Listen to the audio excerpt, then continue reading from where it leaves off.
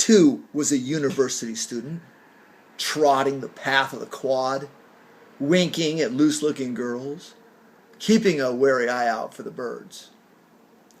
But wait, my story begins way before this.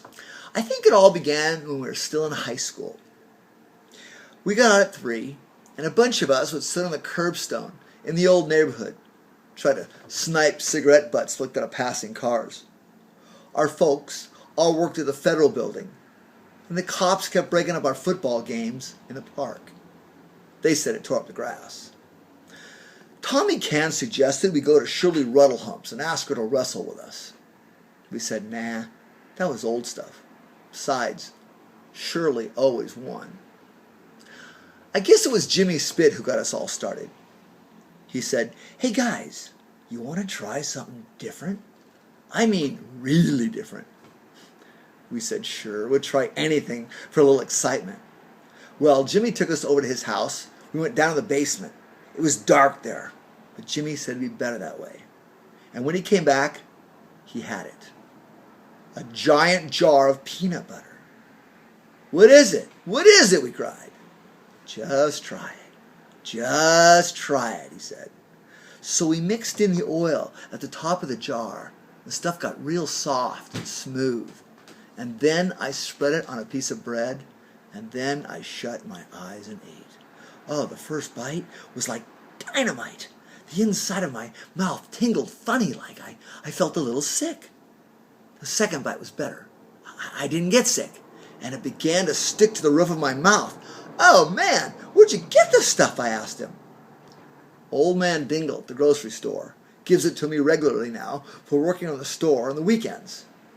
Well, the rest of the guys turned chicken, and they wouldn't eat anymore. But that next week, I went to see Mr. Dingle. He gave me a whole jar of the stuff. I began spreading it on my morning toast, covering it with strawberry jam so the folks couldn't tell I was eating it. After a while, the stuff began to lose its bounce, and Mr. Dingle showed me some stuff a little bit different. It already had the oil mixed in the top, and it packed a hell of a wallop. So I had to start stealing to pay for the stuff, dimes and nickels out of my mom's purse. But after a while, even the homogenized began to lose its bounce. And that's when Mr. Dingle brought me in the back room, and he showed me a jar like I'd never seen before. It was called Crunchy. It had real chopped peanuts in it.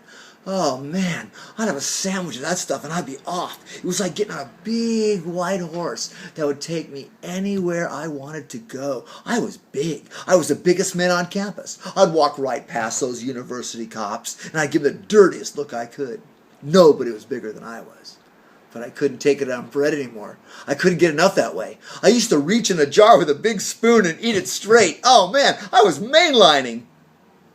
But Mr. Dingle told me he wasn't going to give it to me unless I did things for him.